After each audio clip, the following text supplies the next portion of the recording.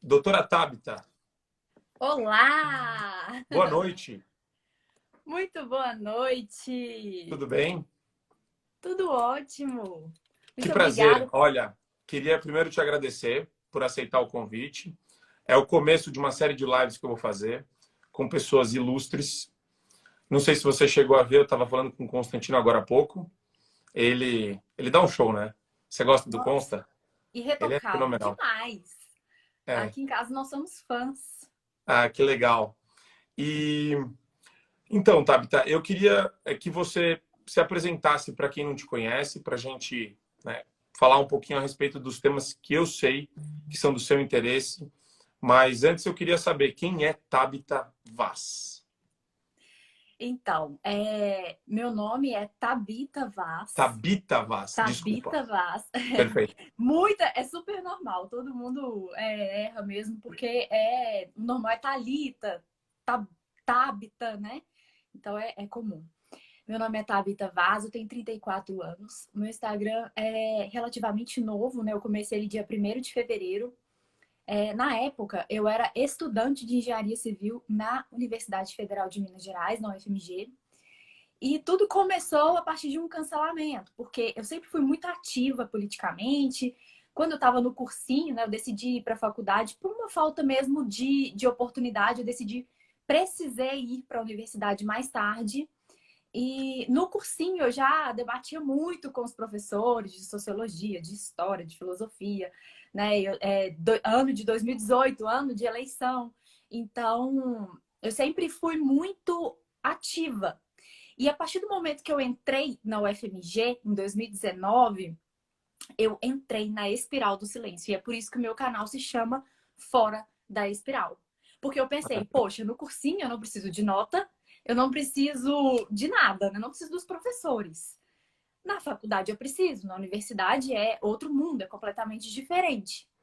E aí, gente, foi assim, uma anulação completa. Porque quando você se silencia, porque a opinião da maioria é conflitante com a sua, você deixa, um pedaço de você deixa de existir, né? E foi exatamente isso que aconteceu comigo naquele momento. Até que em janeiro desse ano, depois de não aguentar mais, eu trabalhei um ano na empresa júnior de engenharia civil da UFMG, né? Horas e horas de reunião sobre diversidade, sobre feminismo, como ter mais mulheres na empresa de engenharia. E, assim, depois de um tempo eu já não estava aguentando mais, a gente estava naquele caos, assim, de passaporte da picadinha. E eu simplesmente me posicionei. Eu falei, gente, eu não aceito esse passaporte em um grupo com mais de 200 pessoas. E aí eu fui, assim, completamente cancelada. Foram 24 horas de xingamento, de ridicularização, e aí, nesse momento, eu falei assim: eu preciso fazer alguma coisa, eu preciso voltar a ser a Tabita que eu era antes da UFMG. E aí, acabou que eu tranquei o curso e comecei a me dedicar exclusivamente ao meu trabalho de produção de conteúdo na internet. E aqui estou. Fantástico. Eu falo muito sobre feminismo, um pouco sobre política. Tenho meu marido como o meu maior professor de vida, né? Há 6 anos casado, ensinando. E Fãzaço seu do Pânico, fã demais do Emílio também. Não perde um episódio. que legal, E poxa. sim, E, e assim, sempre aprendendo muito com ele. Então, é isso. e Tabita, deixa eu te agora tentar entender um pouco a respeito da. Você falou que você começou o canal com a perspectiva de produzir conteúdo para as pessoas, certo? Eu posso dizer, eu estava falando agora com o Consta, agora há pouco, acho que o que é legal e a gente acaba percebendo é sobre esse momento em que alguma coisa acontece na nossa vida, um momento epifânico, um momento de realização a respeito do que está acontecendo ou conosco ou em volta de nós, que precisa ser de alguma forma alterado, a gente precisa passar por alguma mudança e essa mudança envolve falar, se manifestar, expressar um descontentamento com relação a algo que você tem que consertar. né? Eu vi que você produz muito conteúdo nessa linha da questão feminista e de como essa pauta acaba absorvendo, às vezes, as empresas, absorve até o dia a dia das pessoas, né? Eu vejo que muita gente, quando você vai falar de feminismo, você acaba, de alguma forma, apertando um gatilho emocional da pessoa. E as reações, elas são, como você disse, né?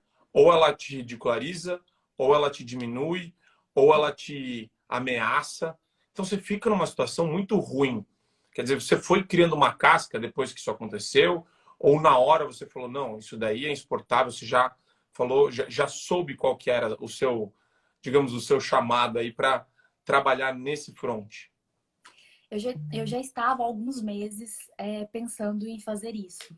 Foi praticamente uma chave mesmo que virou e falou assim, não é agora, eu não vou ficar calada mais. E a verdade é que assim, o feminismo, ele programou as mulheres, né? Eu cresci sendo programada para acreditar que o feminismo era algo bom, era algo que lutava por mim, pelos meus direitos. E na realidade, a verdade ela está muito escancarada nos livros que ninguém lê, né? Então assim, a propaganda ela é muito bonitinha, ela é fofa, dá vontade realmente de abraçar. Mas quando você vai ler feministas e estudar a biografia dessas mulheres, principalmente, como por exemplo Simone de Beauvoir, né, que era uma mulher assim, nossa, é até difícil falar sobre Simone de Beauvoir, porque ela foi demitida da escola que ela trabalhava por aliciar menores. Né? Uma mãe fez um dossiê e conseguiu que ela fosse demitida. Depois ela foi trabalhar em uma rádio que conspirava a favor do nazismo, porque não é bom falar a palavra por causa do algoritmo. Sim. E assim, quando você para analisar a história, né, de Beauvoir e você lê os livros, né, principalmente o Segundo Sexo, você percebe a manipulação por trás disso. Né? Desde a primeira feminista, que foi, na verdade, a proto-feminista, Mary Wollstonecraft, ela sempre falava muito sobre, na verdade, a luta dela pessoal ali na Inglaterra, na França, pelos lugares que ela passou, era sempre a favor do divórcio, já no século XVIII, e sempre a favor da promiscuidade, né? Da libertinagem, ela tentou viver a três em dois momentos da vida dela, com outros homens e as esposas, e claro que as esposas não quiseram. Então, assim, o feminismo, ele é ruim desde sempre, né? E isso é algo que a gente precisa entender e levar adiante mesmo, porque muita gente não sabe dessa face. E você acha que hoje a gente fala do feminismo às vezes em ondas, né? Primeira, Sim. segunda, terceira onda. Você acha que hoje o discurso você acha que as pessoas elas se encantam mais com esse discurso? Porque, por exemplo, eu vejo muita confusão. Eles são muito bons em gerar confusão, principalmente as feministas. Uhum. Então, você consegue tela azul do cérebro de uma feminista quando começa a falar sobre apoio a transexuais em categorias esportivas masculinas, né? Femininas, no caso, né? Homens biológicos atuando na seara do esporte feminino. E elas não conseguem falar ao mesmo tempo sobre inclusão e diversidade, sendo que elas estão ali tentando defender a mulher, né, biológica. Então fica uma coisa contrassensual, fica até engraçado você ver a reação de uma feminista tentando achar os argumentos, porque elas se pautam por essa ideia de luta entre grupos sociais, no caso, entre gêneros, homem e mulher, e daí elas querem, de alguma forma, empurrar algumas pautas que são muito estranhas, até para qualquer pessoa, viola o senso comum, né? A gente sabe, e você não precisa ser um especialista em biologia para saber que um homem de 30 anos de idade que passa por qualquer tipo de terapia hormonal para tentar se tornar mais feminino em alguma medida, né? Alguns atributos, porque o código genético dele continua sendo o mesmo, mas aí ele entra numa categoria de esporte feminino, e ganha todos os títulos, fica em primeiro lugar, bate os recordes. Quer dizer, você consegue enxergar essas contradições das feministas no dia a dia? Você já lidou com isso no dia a dia também em debate? Sem sombra de dúvidas. Eu, inclusive, tenho um vídeo que não está aqui, está apenas no meu canal do Telegram, porque ele foi derrubado na rede social vizinha e eu acabei deletando daqui para não correr o risco de acontecer o mesmo. Mas nesse vídeo eu falo exatamente sobre isso, porque eu gosto muito de ouvir, inclusive, a Ana Paula Henkel falando, né? As mulheres, elas desde sempre têm o mesmo nível de testosterona, que é muito baixinho, e o homem, mesmo quando ele é criança, ele já tem um nível de testosterona muito alto. Então, a pessoa se beneficia uma vida inteira de uma testosterona altíssima, e aí, de repente, sei lá, aos 16 anos, decide fazer a mudança. Não adianta, você já tem músculo, você tem uma capacidade respiratória muito maior, o seu coração é maior, né? A sua circulação é mais efetiva, então não tem como competir. E o movimento feminista, ele é contraditório em todos os sentidos, né? Então, por exemplo, ele sempre olha apenas para a sua agenda. Ele nunca olha para a mulher. Né? A gente teve uma discussão aqui recentemente em que eu fui defender as mulheres. A discussão aconteceu aqui na minha cidade, na Câmara, até o Nicolas Ferreira estava presente, e era sobre a utilização de banheiros unissex. Ela fez um projeto, uma vereadora da minha cidade, e ela mesmo não foi na audiência pública para discutir o próprio projeto. Então, assim, quem foi lá para defender as mulheres? Eu, né? Uma antifeminista. Porque quando se fala, assim, de uma mulher trans utilizar um banheiro que, na verdade, foi feito para as mulheres biológicas, é tão anti-mulher, anti-segurança da mulher, né? Quanto todos os outros pensamentos feministas. Por quê? A gente sabe que não são apenas pessoas que são boas e que estão ali usando o banheiro porque realmente se identificam com mulher, que vão utilizar da lei, fazer o uso, o benefício da lei. Né? Então, existem as pessoas maldosas. Né? Se a gente não consegue conter um abuso de uma mulher dentro de uma sala de cirurgia, a gente vai conseguir conter um abuso de uma mulher dentro de um banheiro, que a partir daquele momento vai ser utilizado pode ser utilizado por homens, se a sua esposa, né, para os homens que estão assistindo a live para nossa audiência, se a sua esposa entrar no banheiro e um homem for atrás, você não vai poder fazer nada, porque ele pode dizer simplesmente que ele se identifica como mulher. E assim, o movimento feminista, ele faz isso o tempo todo. É muita incoerência e eles são muito contraditórios. Mas a gente está sendo muito elegante, eu acho. A gente está tratando o assunto com muita elegância, muita classe. E eu percebo que com esse pessoal, o método, o modus operandi deles é extremamente vulgar, é extremamente chocante, né? E a maneira como as pautas são projetadas na mídia também. Tem alguns meios de comunicação que eu acho que você deve, até por algum prazer de ver a loucura desse pessoal, você usa como algumas referências. Você já foi no Universa do UOL? Eu fiz um comentário no post sobre o Universa. O pessoal morre de medo de ser cancelado pelo Universa. Aí você vai no Mídia Ninja. Aí você vai no Catraca Livre. E é impressionante como eles dão vazão a essas pautas. E é aquela mistura. Esse é um ponto que eu perguntei para o Constantino que eu queria saber de você. Eles são muito empáticos no começo. Existe uma empatia, um sentimentalismo para te trazer para dentro. Só que se eles veem que você não bate palma, não concorda, não está dentro daquele padrão de pensamento, não está com eles, daí naturalmente você já começa a ser hostilizado. E queria saber se teve alguma experiência recente em termos de debate, ou se você está mais voltada para a construção do seu conteúdo para seguidores antifeministas. Você tá vivendo essa temperatura de discussões relacionadas a essas pautas feministas nesse momento? Não, eu não vivo nessa temperatura de discussões. Porque eu estou num momento, o Marco Antônio, muito de aprendizagem, né? Principalmente sobre política. Apesar de ter os meus valores, os meus ideais muito bem definidos, eu não me sinto preparada para debater política. Mas o feminismo seria até um pouco diferente, porque eu já tenho estudado há mais tempo.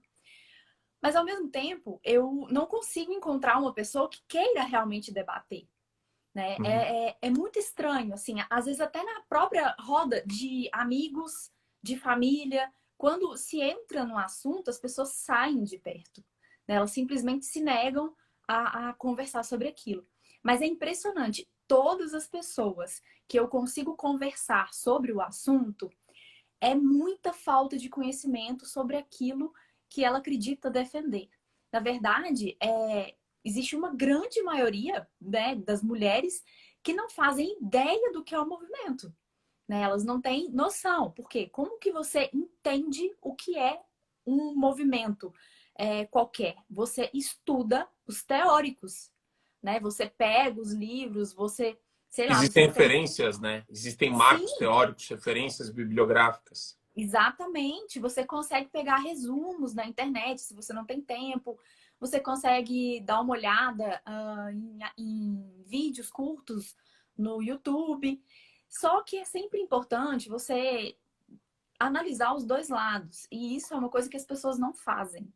Né? Uhum. Até muito recentemente não existia o lado conservador, né? O antifeminismo. A Ana Campanholo que trouxe isso à tona para o Brasil. E isso é muito recente. O livro dela, Feminismo, Perversão e Subversão, foi lançado em 2019. Então, assim, quando você para analisar toda a situação do movimento feminista, é realmente desesperador. Você parar e pensar, poxa, eu fui enganada a minha vida inteira. Porque, como eu disse, de novo, nós fomos programadas, principalmente nós mulheres, fomos programadas para acreditar que é algo bom.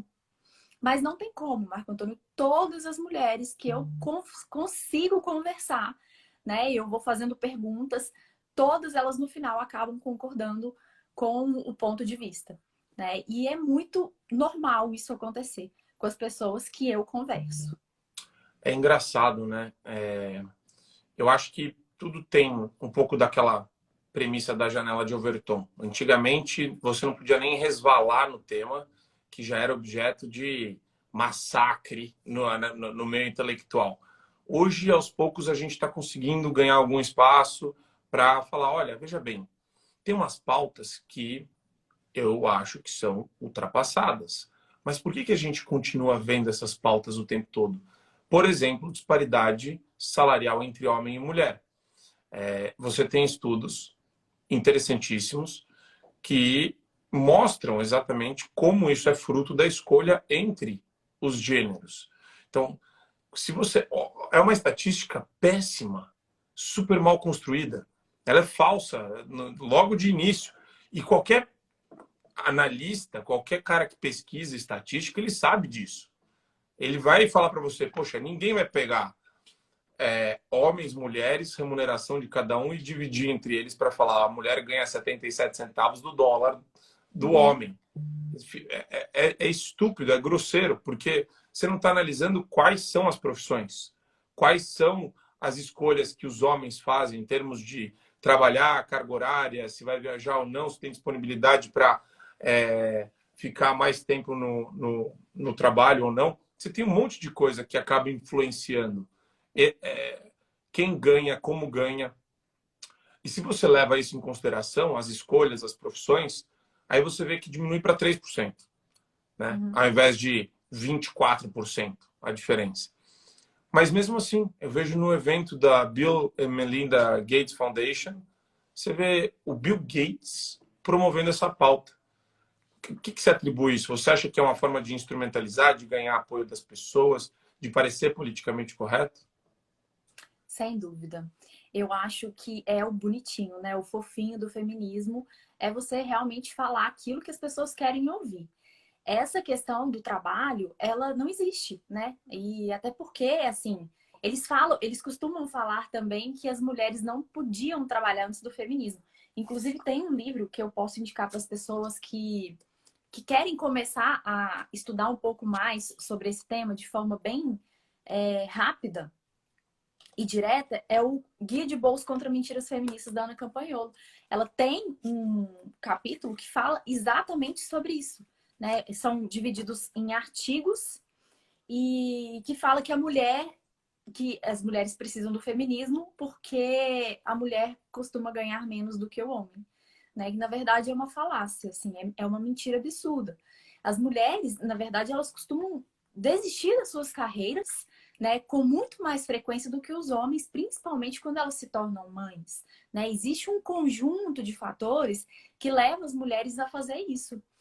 E, perdão, se a gente for analisar de forma assim bem direta também, trabalhar nunca foi um privilégio, né? Uma pessoa não acorda às 5 horas da manhã, 4h30, para quem mora em São Paulo, pega o busão, fica 2 horas lá, trabalha o dia inteiro, fica longe de casa, almoça fora para chegar no final do dia e ficar feliz, entendeu? É uma coisa assim que geralmente o trabalho, até a própria palavra diz, né, labor, ela vem realmente de algo mais sofrido, mais difícil, né? E muitas mulheres, inclusive, elas acabam deixando de trabalhar quando o marido enriquece, quando o marido já tem condição de prover a casa, né? Muitas optam por ficar em casa com seus filhos. Então, assim, homens e mulheres são muito diferentes. E eu acho que essa narrativa, ela vai continuar, igual você citou o Bill Gates, ela vai continuar por muito tempo, porque é a narrativa deles. É sempre dizer que a mulher é oprimida, né? Que o homem é o objeto de opressão da mulher, é o macho escroto, é o tóxico. E é isso, o discurso é sempre o mesmo, mas se a Essas gente figuras de pegar linguagem, elas são muito eficazes, né, para o debate. demais, Ela é o patriarcado opressor, é a toxicidade masculina, é o homem tóxico. E isso daí vai permeando e sendo bagunçado com uma série de dados e estudos fraquíssimos, né? É engraçado isso. Esses dias eu estava debatendo com uma amiga e quando eu citei um estudo do Thomas Sowell, ela falou: tem estudo para tudo. Eu falei: não, peraí, tem estudo bom e tem estudo ruim. Se você usar o argumento de que tem estudo para tudo, então você está comparando a Ferrari com a carroça. Quer dizer, não Uhum. dá para você fazer essa equivalência.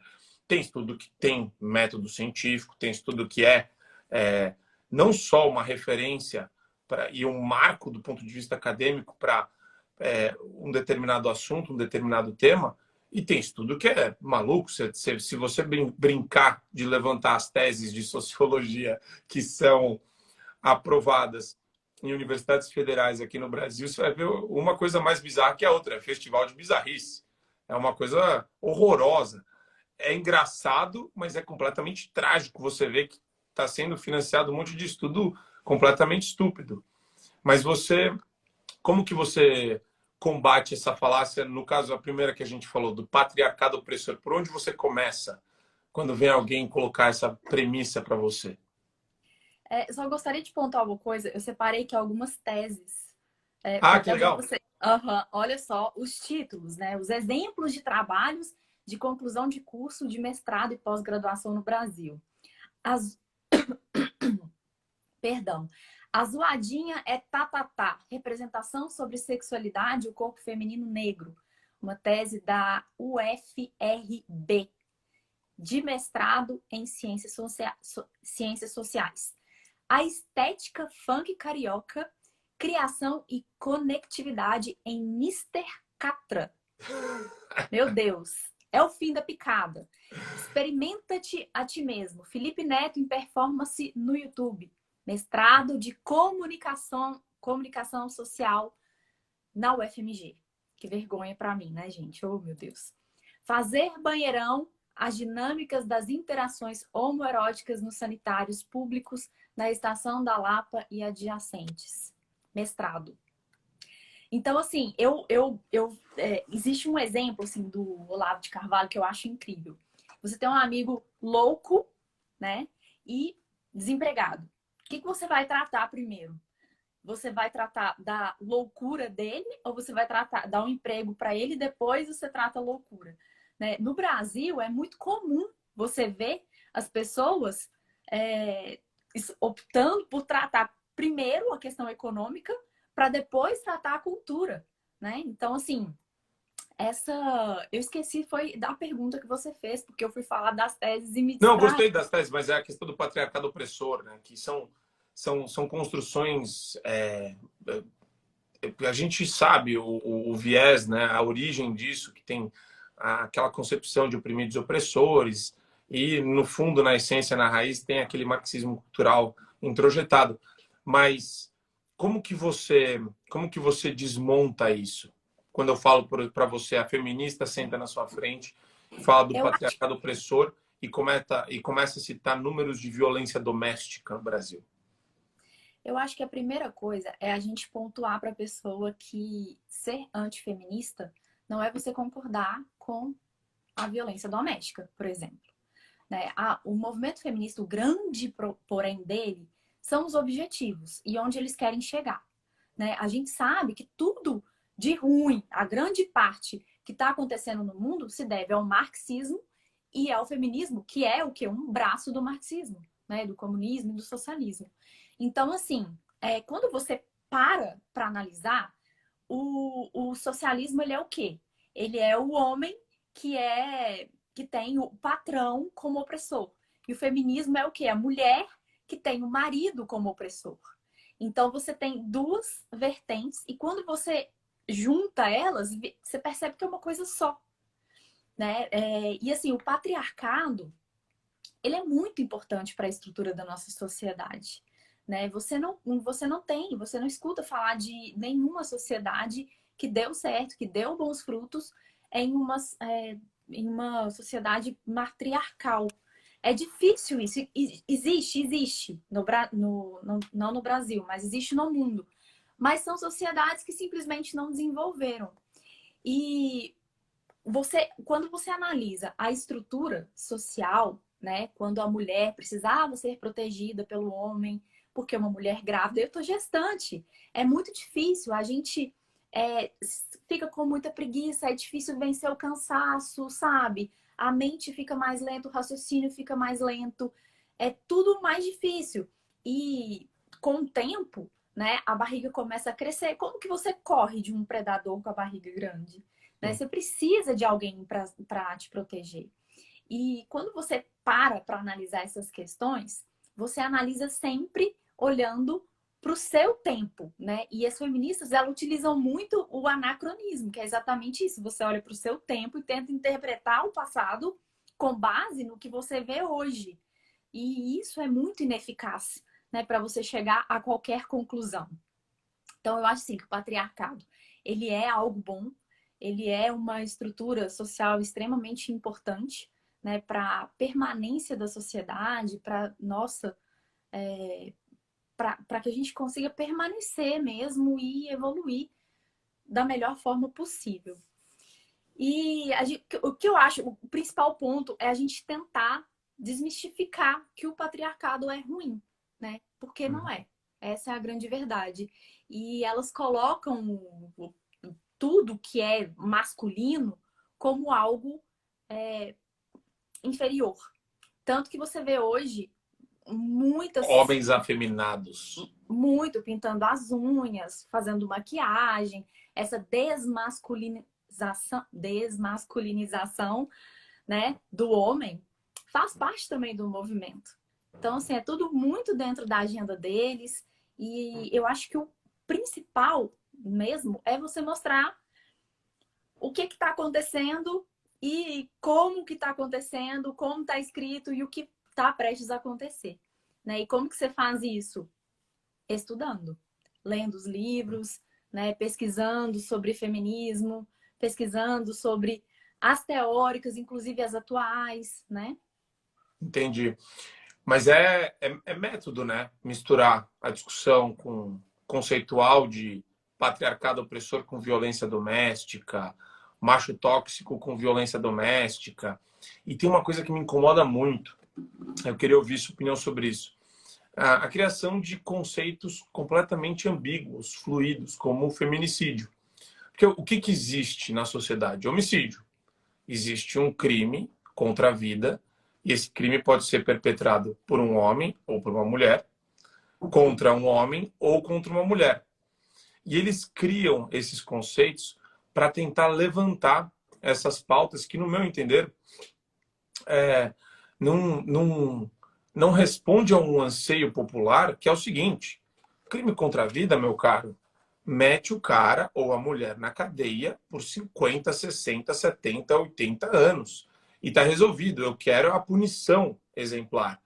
Eu não quero a criação de uma figura de linguagem que faz aí uma espécie de paralelo com genocídio para criar uma impressão social, uma impressão para a audiência de que, poxa, existe aqui uma atitude estrutural de homens contra mulheres e estimular aquele medo. A esquerda, eu acho interessante que eles trabalham muito com a cultura de medo, né?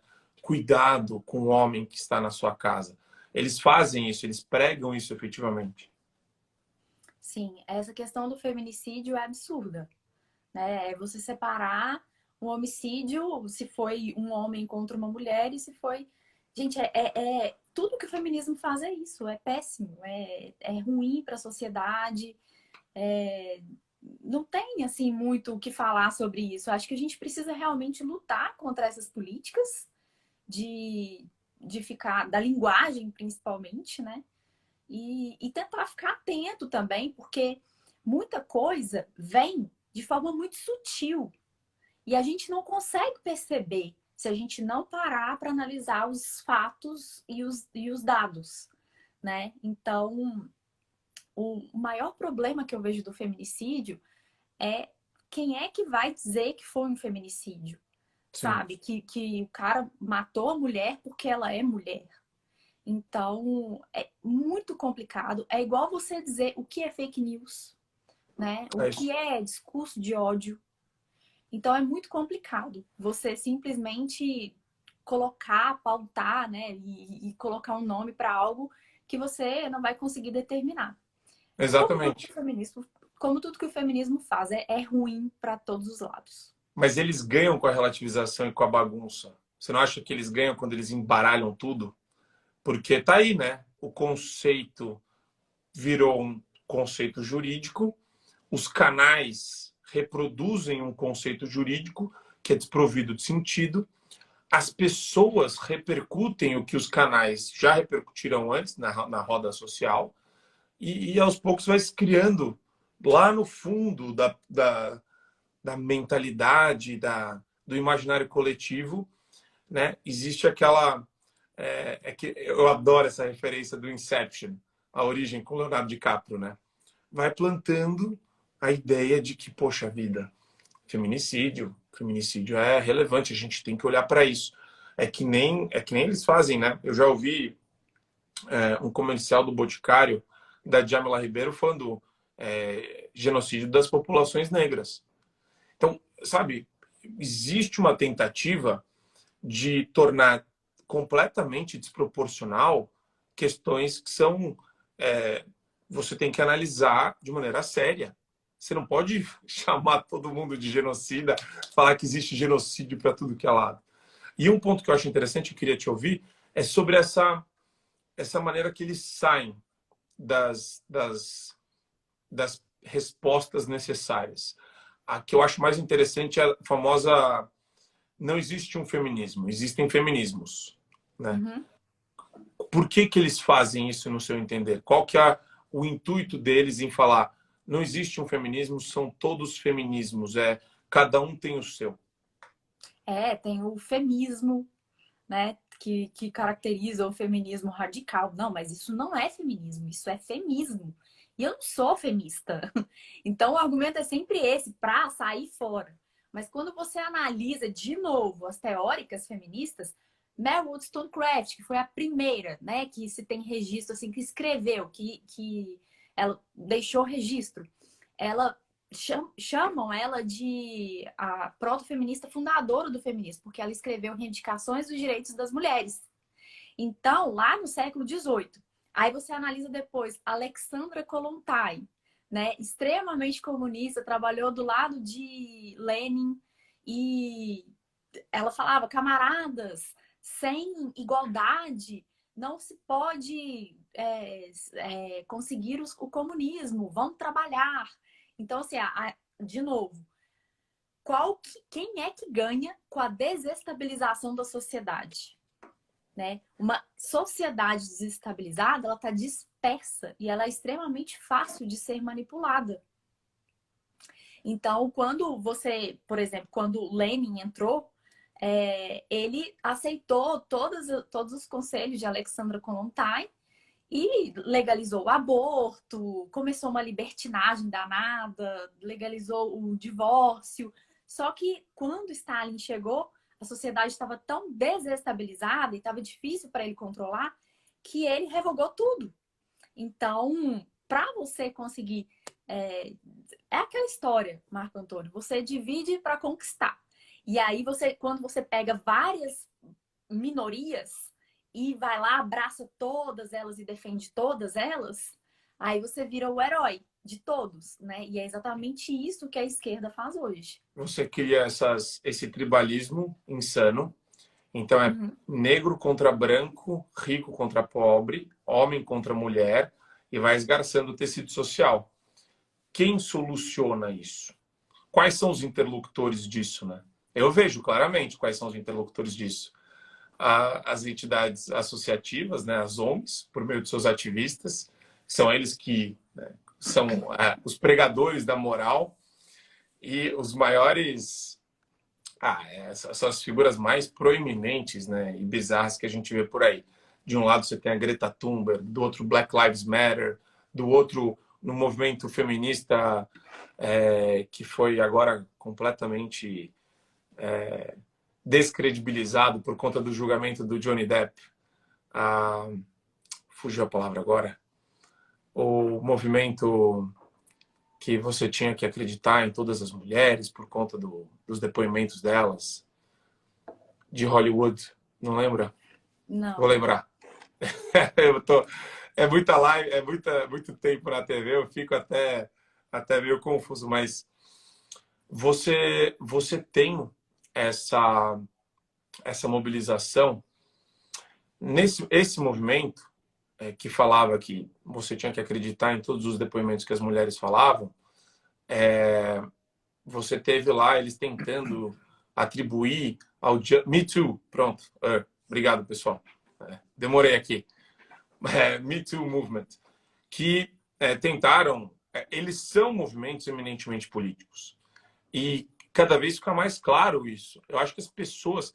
A questão é, será que a gente está numa bolha e não consegue perceber isso? Porque você tem os ativistas, que são um grupo de interesse, os políticos, que vão fazer o meio de campo, né, que vão falar, olha, me dá o seu voto que eu cuido de você. Então você é branco, negro, você é nipônico, você... Não importa, você é pobre, vem aqui que eu vou cuidar de você. Isso daí aparece o político com essa pauta e os meios de comunicação ganham também, porque eles adoram criar pautas alarmistas constantemente, mesmo sem evidência empírica, mesmo sem lastro do ponto de vista teórico e fático. Então, eu vejo esses grupos de interesse ganhando muito dinheiro. No fundo, eu vejo muito dinheiro e poder, que é o que eles querem no final do dia. Eu acabo vendo de maneira muito simples isso, né? Black Lives Matter, Me Too, a Greta, são movimentos de pessoas que querem dinheiro e poder no final do dia.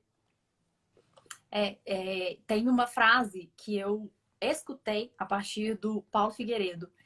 Não tem como.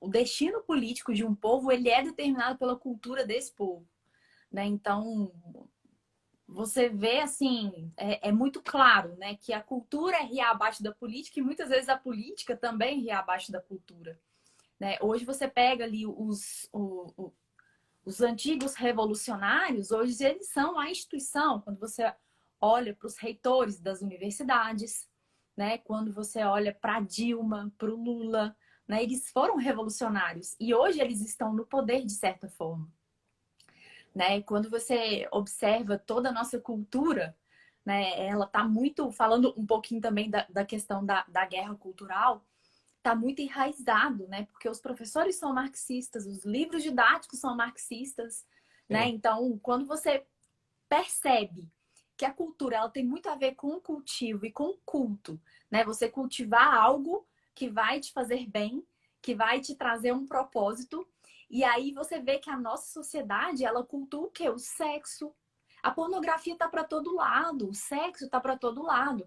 No Sim. Brasil não tem nada que você consiga olhar e comprar, né? No caso aí que você falou muito do poder, do dinheiro, do controle de você conseguir vender as coisas, que não tem os dois S's, que é o sangue e o sexo. E a hipersexualização, a hipersensualização. E você olha, por exemplo, para uma Luísa Sonza, para uma Anitta, né? Que geração pornô, exatamente, ó. Tá aqui. Maravilhoso esse livro e fala muito bem disso. Né? Quando você olha para a sociedade, é porque alguém escreveu nos Eu comentários, vi, eu né? vi, eu vi.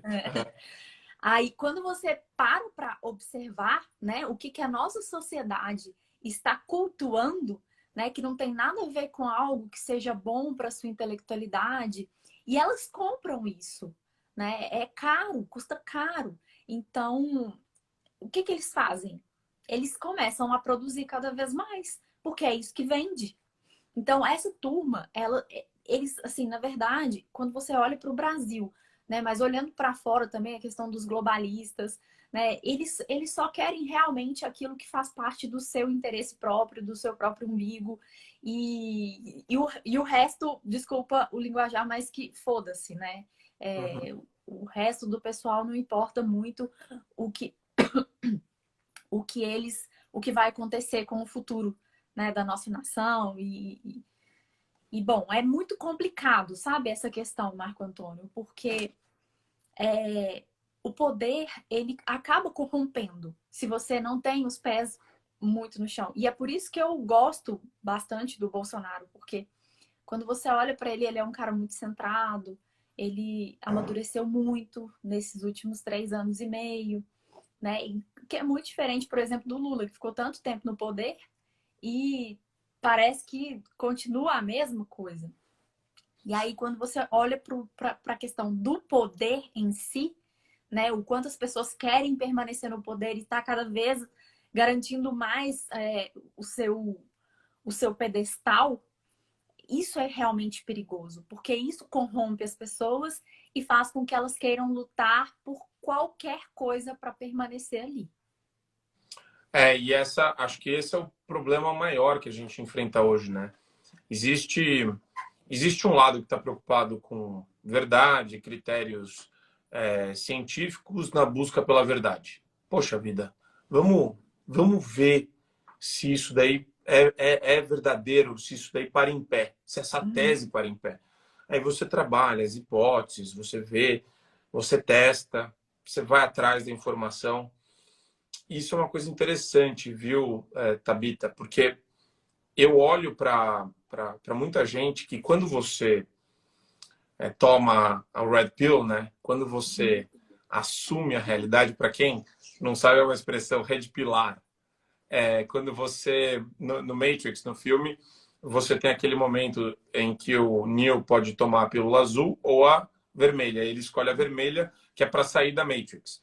Mas tem gente que está muito enfronhada na Matrix. Ela está dentro, não é de uma bolha, são de várias camadas de bolhas diferentes. E são pessoas que não têm volta. Você não vai conseguir tirar essa pessoa dessa contaminação. No meu entender, é uma contaminação que acomete a pessoa. Porque se você, quando cai, quando cai a narrativa em um ponto relacionado ao feminismo, as demais elas começam os nós começam a serem desatados também. Você percebe? Quando você percebe a hipocrisia do discurso das feministas, principalmente as feministas radicais, começa a cair o discurso do racismo estrutural, começa a cair o discurso ambientalista. Eles vão caindo, parece que juntos. Se você abrir a cabeça para ouvir, porque é isso que falta, eu acho, para as pessoas, né? Elas precisam ouvir a Thabita de maneira completamente desarmada, né? Se Uhum. desarme um minuto para ouvir o que eu tenho a falar. Antes de você querer, que nem eu vi aqui nos comentários até, uma menina entrou e falou: cadê os dados? Só um livro? Eu quero mais livros. A pessoa já está armada. Ela não está interessada em Aham. realmente ouvir o que você está falando. Ela já está pensando: poxa, como que eu posso destruir o que a Thabita falou? Porque eu quero ganhar da Thabita, eu quero vencer o debate com ela.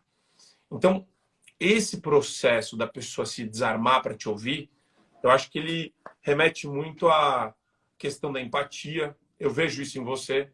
Os seus vídeos são fenomenais no seu canal. Acho que eles são engraçados, eles são leves. E esse é um jeito de você fazer a pessoa sair da bolha para, poxa, deixa eu ouvir isso daí. E quando vai furando, isso daí explode de uma vez, eu acho. Cai tudo por terra, muito rápido. Que é o momento epifânico, né? Sim, sem sombra de dúvidas. Eu acho que uma coisa vai puxando a outra, né, Marco Antônio? Você começa a perceber o quanto o feminismo é mentiroso, e aí você começa a. Peraí, será que aquilo ali que me disseram sobre ambientalismo, será que isso também faz sentido? Será que também é uma mentira? Será que eu também fui enganada aquela vez que falaram sobre política, que o conservador ele é uma pessoa fundamentalista, que ele, sabe? Então, assim, uma coisa realmente vai puxando a outra. E eu, inclusive, indiquei esse guia de bolso da Ana Campagnolo exatamente por isso, porque ele é um guia contra mentiras feministas. Então, todas as principais narrativas, né? Ah, a mulher, ela sempre foi oprimida, né? A mulher, ela não podia trabalhar antes do feminismo. E aí você para pensar, mas peraí, as mulheres sempre trabalharam, né? Como São assim? funções sociais diferentes e elas tinham um Completamente ofício, tinham diferentes. trabalho, tinham atividades, tinha... era uma vida diferente, era um mundo diferente. Exatamente. É. E aí, quando o mundo ficou bom, quando começou a vir o telefone, os escritórios fechadinhos, protegidos, né? Porque antes disso era o quê? O homem indo caçar, né? E a mulher recebia o alimento e fazia, cada um com a sua função, né? E era um trabalho também, né? Não remunerado, porque naquela época não existia, mas era um trabalho também. E aí agora, quando começaram a ter as regalias todas, de de vários séculos de conquistas, né? De avanços do homem, aí as mulheres começam a querer trabalhar também e de fora de casa, né? Porque as mulheres, na verdade, sempre trabalharam. Então, assim, elas menosprezam muito o trabalho da mulher em casa. Meu Deus, quem é mãe? E não sabe quando é que criar os seus filhos? Né? Tô falando filho porque a minha é filha. Quando é que criar os seus filhos, né?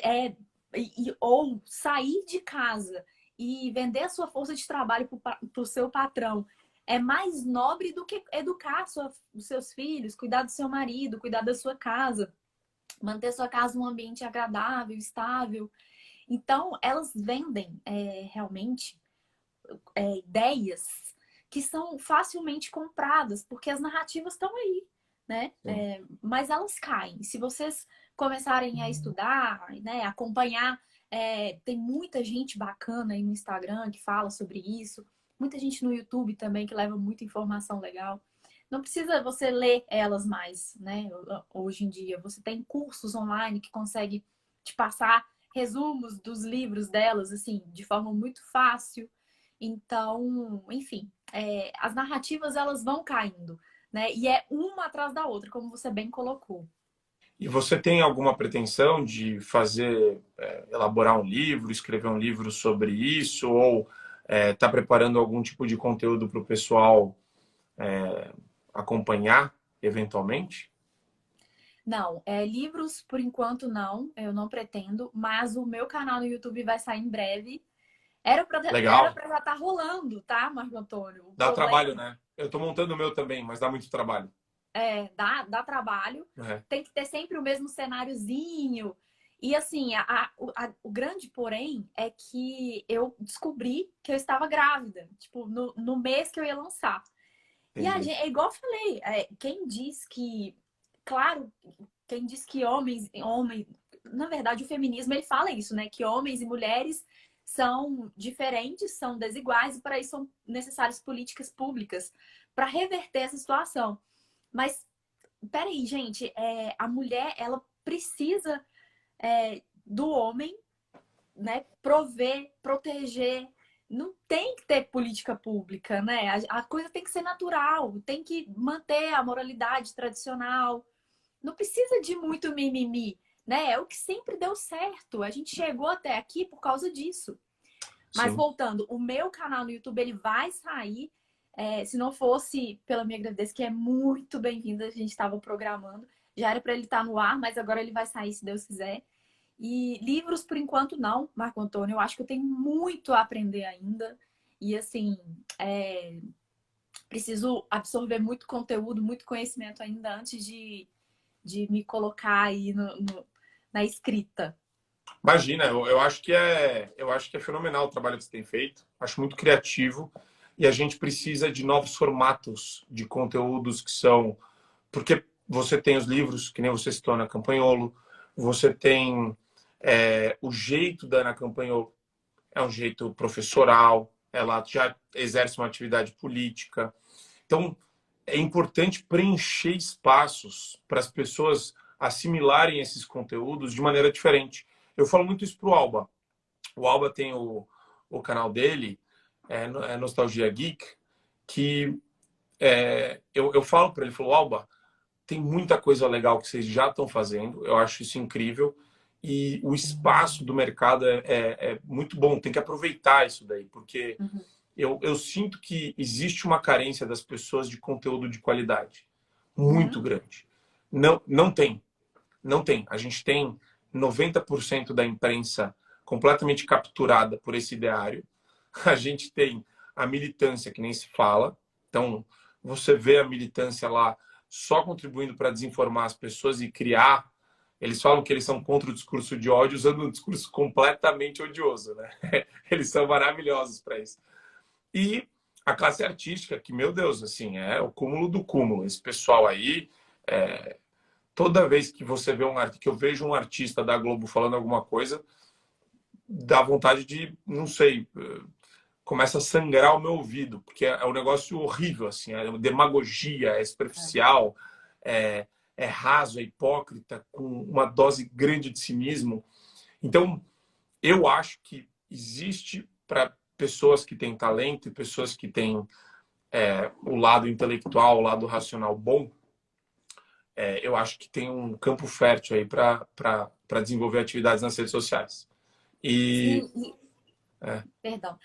E, na verdade, quando eu comecei a gravar os vídeos, eu pensei, meu Deus, qual tipo de vídeo, como eu posso abordar temas tão polêmicos, né? E às vezes muito confuso para as pessoas que estão chegando, de forma que as pessoas realmente assistam, né? Porque sim, tem que ter aquela síntese, você tem que ter a capacidade de resumir muito bem o conteúdo, mas passar ele de forma clara, objetiva, acelerada, porque hoje em dia ninguém tem tempo, as pessoas estão extremamente ansiosas e quando você para pensar, né, no seu, quando você para analisar as pessoas que estão ao seu redor, você percebe que não tem como, tem que ser assim, né? Então, inclusive um desafio que eu estou tendo agora para ir para o YouTube para desfazer um pouco dessa síntese e tentar trazer vídeos mais longos, né? Porque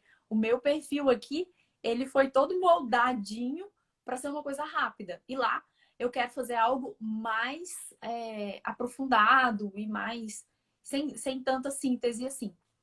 É um desafio e realmente a gente tem que preencher espaços, né? A gente que luta por ideais semelhantes, a gente tem valores semelhantes, a gente precisa de mais pessoas, né? Quanto mais gente estiver ao nosso lado, mais vantagem a gente vai ter.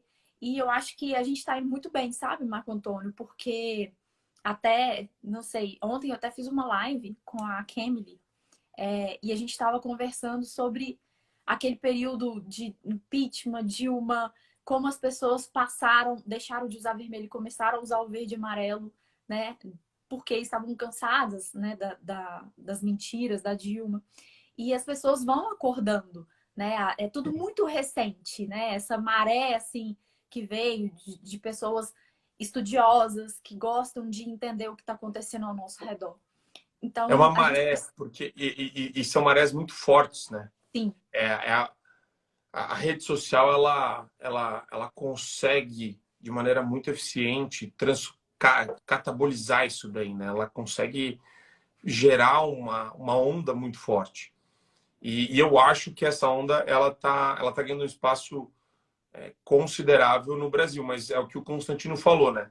É, o conteúdo ele vai ser assimilado de 1 milhão de formas diferentes. uhum, Então, eu gosto muito de quem trabalha com uma dose de humor, que é o que você faz. Eu acho que o humor, a ironia, consegue gerar, às vezes, um impacto muito maior na pessoa. Como a pessoa entende aquilo, é aquele famoso negócio, né? Quando a pessoa faz uma piada e você ri da piada, é porque tem uma verdadezinha, né? Construída dentro daquele estereótipo da piada, ou no punchline, né? No momento que você abre a, algum tipo de questão aí que faz parte do objeto do humor. Eu acho que tem um canal aí fantástico. Vai ser Fora da Espiral também? vai ser fora da espiral também, com certeza. E tem Legal. coisa mais fácil do que fazer ironia com a esquerda? Tem muita coisa. Eu Gente, sinto falta, posso falar? Eu sinto falta. Eu tava falando pro Consta. Tem um canal que é do Matt Walsh, dele no YouTube. Ele reage a desenho, a, a vídeo de. O Ben Shapiro também. Vídeos de TikTokers, vídeos de Instagram. Agora é que a moda é TikTok, né? Então eles reagem a uhum, vídeos do TikTok. Mas tem uns absurdos que nem desenho infantil que o Matt Walsh ele reage à pregação de racismo, de pauta LGBT, de diversidade, de feminismo em desenho infantil. E esses conteúdos eu sei que tem tem aqui no Brasil. demais. A Tem gente, a demais. gente lida com isso aqui direto. Só que você não vê no YouTube. Porque não tem um canal que nem o Daily Wire, onde o Matt Walsh faz parte. O Matt Walsh ele tem um canal dele no YouTube, mas você não enxerga a crítica de uma pessoa estudada como você, que tem conhecimento, é sagaz, consegue desenvolver uma crítica forte, rápida, com humor para alguns absurdos que já circulam na rede social. Então acontece que isso vai passando batido, sabe? Porque a rede social também ela é muito efêmera. Então, eu acho que espaço tem de sobra. Eu acho que você vai ter muito conteúdo. E a gente precisa. Até a gente da direita precisa, né? São Com referências certeza. boas. Eu acho que quanto mais gente, melhor, né? Então a Uhum. gente vai se ajudando, vai crescendo, vai distribuindo informação o máximo possível. E eu aprendo todo dia com você no Pânico. Aqui em casa o almoço é Pânico na Ah, que TV. legal. E assim, não tem como, né? A gente vai trocando informações, vai trocando figurinhas. E é assim que a gente vai crescendo. E eu Sempre. acho que o mais importante, que eu acho que as pessoas precisam entender, é nunca corra de um debate, ainda que você não saiba debater, porque você vai aprender. Né? Você vai aprender alguma coisa, ou Sim. você vai sair dali indignado porque você não conseguiu expor sua opinião, né? E vai querer aprender mais, ou você vai entender simplesmente que você tinha razão e que você às vezes ensinou a pessoa e de certa forma você acabou aprendendo alguma coisa também. O debate ele é muito importante. Ele é Então, a importante. gente Eu adoro debater. Desde que eu era universitário, criança. Eu debatia com o professor de geografia. Adoro. Acho muito divertido. E o pessoal não tem muita paciência, mas eu concordo com você. Não tenho medo de debater, mas óbvio, né? Não se desgastem emocionalmente, não se estressem. Joguem as ideias. Se a pessoa se estressar, aí você para, aí você vai acomodando, você vai sentindo também a temperatura do ambiente. Porque tem isso também, né? Eu já às vezes quis debater e as reações foram muito enérgicas. Só, opa, peraí, então tá. Então, apertei um gatilho emocional, melhor eu não falar nada, eu fico quieto. Mas é o que você falou. Saiba que quando isso acontece é porque você acertou em alguma coisa. Alguma coisa que você fez está correta. Se você se pautar por critérios razoáveis, racionais e tal. Mas é isso mesmo. Concordo plenamente com você, Tabita. E queria te agradecer pelo seu tempo. A gente ficou uma hora, voou. Sim, foi incrível. Nossa, eu não tenho palavras para agradecer pelo convite. Fiquei muito honrada mesmo. Espero voltar mais vezes. Obrigado por acompanhar a gente lá na Jovem Pan. E vamos, senhora, que você montar o canal me fala para a gente divulgar por aqui também. Parabéns aí pela iniciativa. De novo, gosto muito do seu trabalho. E vamos em frente, né? A gente tem um caminho longo aí pela frente. Com certeza temos, sim. Um grande beijo para você e para sua família. E Um você está com abraço. quantos meses? Vou inteirar 4 meses. Já, Que já. legal. Parabéns. Muito Parabéns obrigada. mesmo.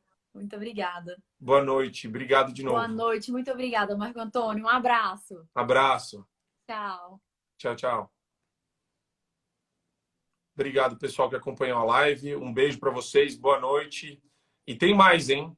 Semana que vem vai começar uma bateria gigantesca de lives só com gente fera. Obrigado por acompanharem por aqui. Boa noite a todos.